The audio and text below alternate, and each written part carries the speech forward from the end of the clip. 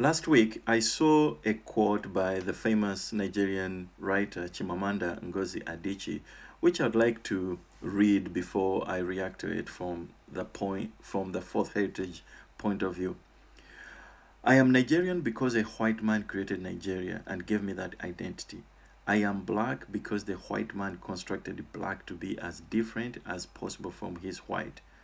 But I was Igbo before the white man came. My point is that the only authentic identity for the African is the tribe. End of quote. I vehemently disagree with this characterization. The tribe is no longer the only authentic badge of honor of our African identity. You know, in his famous book, The Africans, a Triple Heritage, Professor Ali Mazrui eloquently described how the fact is that we modern Africans inherit the triple heritages of tribe, religion, and colonialism. And that is a fact.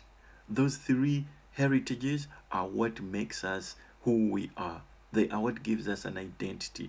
It is no longer honor the tribe. Before colonial, yes.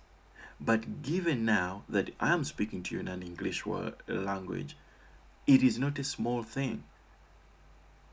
I and maybe my society could have had the option not to teach me English, but it is part and parcel of my identity. Religion is the same thing.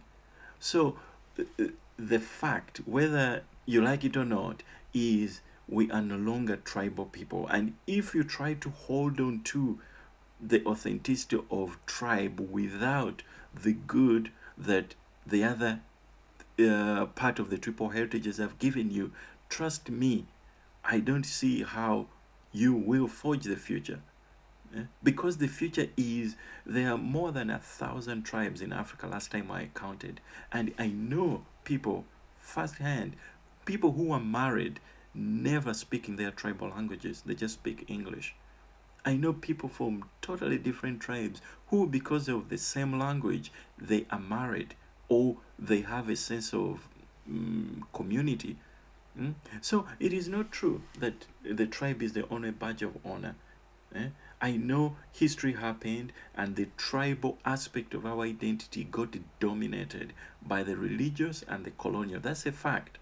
But because of that dominance, it is not it is disingenuous for us to look at the lost tribal authenticity and say the authenticities that we are born into in the modern time are less. It, it, let me make this point clear. When we are educated in a language, after about 5-10 years, it has a psychological impact on you. The fact that I can write only in English is not a small thing. And if it was negative, I could have stopped writing in English. So there's something positive from each of the triple heritages, and we cannot be victims. Victims of the bad things that happen, but also victims of our own mindsets. The fact that our countries were created in the colonial era has nothing to do with we can uncreate those colonial countries. If it was so bad, we can have one mission to say we are going to tear down the borders, we are going to tear down the colonial languages, but that project, that purpose hasn't been put on the table. And until you do that, be realistic. The fact is, all the triple heritages form who we are. And if you are progressive and creative and take responsibility in the present, then we just need to find a formula where we can help people to pick the positives from each of them. I call it the fourth heritage, and I've written 2 books about it. You can find them on Amazon. The fact is, if you can pick the positives from the triple heritages, you can still be authentically an African. Identity is what people choose to be identified as. If a white man called you Nigerian, you can say you are not. If a white man called you black, you can say I'm not black.